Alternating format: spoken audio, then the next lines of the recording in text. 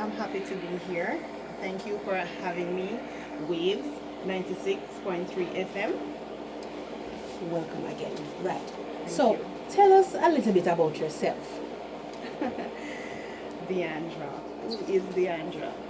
Deandra is a determined person, self motivated, an entrepreneur, a global speaker of youth, positioning Youth for Greatness, PYFG Academy, an exclusive member of the Positioning Youth for Greatness and Pursuing Youth JA.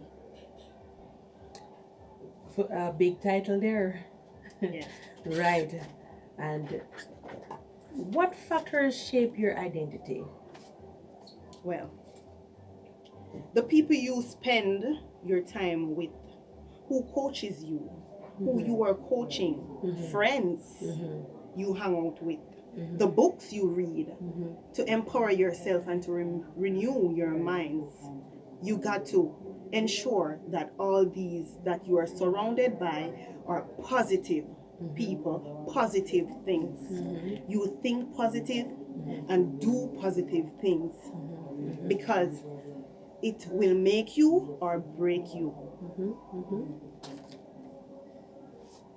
And how you respond to failure and disappointments, loneliness, crisis, betrayal, and other leadership challenges.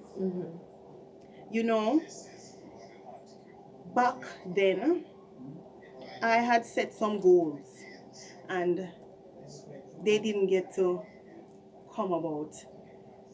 Before I had my mind renewed, I used to be upset with myself, with the people around me. I used to like the whole world ends.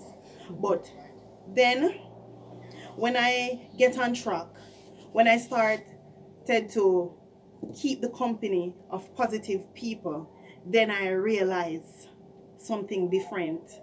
You know, setbacks, they are not the end of the world. Setbacks is for you to go back to the drawing table, to think and to restructure what you are planning to do. It's the same aim, but you take a different approach to your goals. Yes, yes. You cannot give up on your goals just because you have a setback, just because a crisis. No.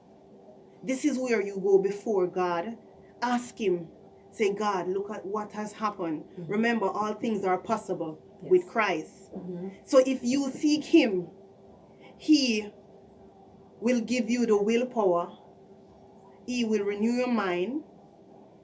He will give you the eyesight, the insight to restructure your goal. Amen. Yes, some powerful words. Yes, yes, yes. So, there are a lot of people out there struggling to find their identity.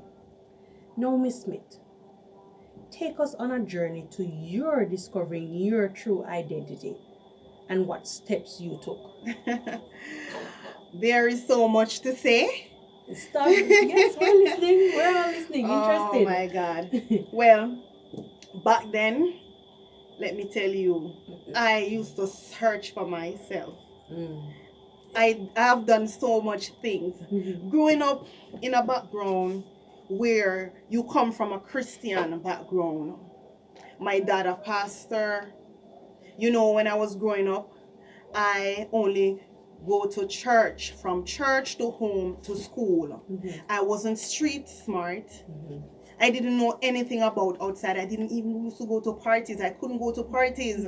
You know, my school functions, I couldn't attend them because my mom, she's very overprotective. She thinks that I'm going to lose my virginity before time. Right. So me and my sister, we couldn't get to go nowhere. I always said, why my brother can go, but we cannot go. And I like, okay then. So I grow with myself and my siblings.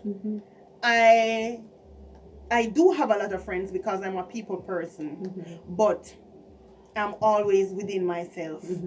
I know how to live with myself. without company. Because when I'm at home, there's no one there. What I used to do, watch TV and sleep. That's my hobby. Even now, all I want to do is sleep after work and watch TV. I don't even like to go out because this is how I was brought up. So nothing really excites me, parties and stuff. But when I was trying to fit in, Yes. my friends thought I loved those things, but Right. now, no, I didn't. I was just trying to fit in because coming from this background where I didn't expose to anything at all, I wanted to taste now. When my mom went abroad to live and to work, I was in high school, so this is where I get a little freedom. So I started to, that was in the late high school years, like grade 10, 11. Yes. And I want to attend the sports days and stuff like that. And I would go out with my friends and I can get to wear pants because I couldn't wear pants. My church didn't allow us to wear pants because Right. it's a Pentecostal thing, and I was like, I love pants and I can't wear pants. And when I see my friends in pants, and I'm like devastated, and I can't wait to grow up so I can get to do these things. So I started to explore. You know, as a teenager, you want to explore. So I went with my friends and we went to party. Even up till this blessed moment, I cannot drink. I do not know how to drink. I do not like to drink. But I still try to drink. But what do you mean by you don't know how to drink? Drinking is just throwing something in your cup and drinking. No, not to me. Everything tastes bad. Right? Everything tastes bad. And my friends are like, so what do you like? You don't like this? You don't like rum? You don't like rum? I'm like, no, they just taste bad. So the only thing I like now, I would take a one sip, is just some rum cream or Baileys, red wine, and I can't have too much because if I should have more than 2 glasses or so, Yes. then it starts to taste bad. My system just cannot hold alcohol. So it's not about the effect which normally you would get drunk, it's about the taste for you. Yes, because I wasn't grown on these things. But I do have friends who do these things. They're alcoholic. They smoke. They do everything. But I wasn't interested. That's the reason why I know I was a set apart person. Yes. Because no matter, I was out in the world, but I wasn't of the world. The things that they do didn't entice me. Even though I'm in it, I get to dress half naked and go to these parties. My mom doesn't even know some of these things. I hope she's not listening. Yes, I used to like it, but when I'm out there, I wasn't comfortable, but I tried to fit in with my friends.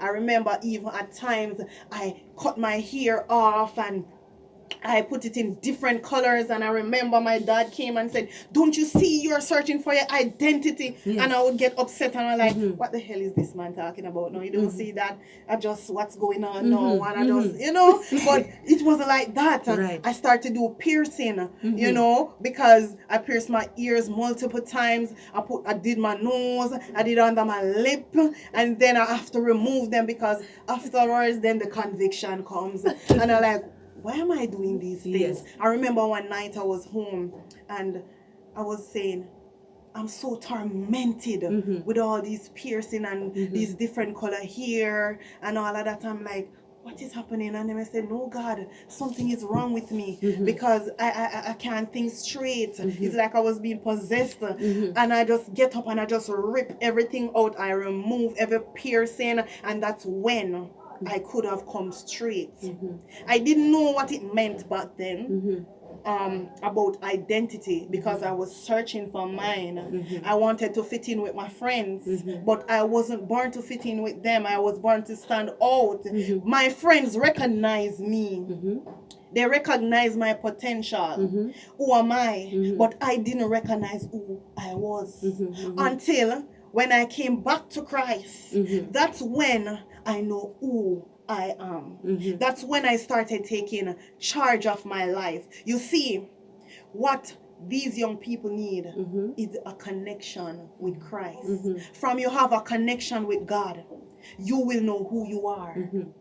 No one can take you for a fool. The enemy cannot take you for a fool. And when I was out there, I get led astray. by my friends. They try to manipulate me. Mm-hmm. They try to hurt me. Mm-hmm.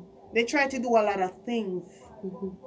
because they know who I am and the potential, and I didn't know who I was. It's a very serious thing when you do not know who you are. You have to confront Christ to know who you are. It is sad to say, but there are so many people today in their big jobs with their big degrees, and they don't even know their purpose here on this earth. Right. But as I said, you have to have a connection with Christ Mm-hmm. to know who you are. Mm-hmm. Mm-hmm. It's not about going to your job, making the big money, driving your expensive cars, Mm-hmm. living your big house. Oh, this is my dream. Mm-hmm. No, there is much more than that to life. Mm-hmm. Mm-hmm. There is much more than that to life. What's your purpose? What were you here for? What did you come to earth for? Mm-hmm. Every human being have a purpose here on earth. Mm-hmm. But in order for you to tap into that, Mm-hmm. you got to visit Christ first. Yes. And let him know. Ask him, who am I? Why am I here? What is your expectations Mm-hmm. of me? Mm-hmm. And then he will enlighten you. Mm-hmm. Boy, I am speechless. But all that you're saying, it is a reality because we're faced with that. We're faced with that today. Mm-hmm. You know, for both our young men and Yes. young women, we Mhm. have seen where the identity Yes. is lost, you know, and it's good to know that you were out there and you have made a change in your life, and being with Christ, that's a big plus, you know, because in him you have found yourself, you know, and that is truly a blessing. Yes, it is. And you have come from thus far to know, And there's a lot more. right? You have come from thus far Yes. to know.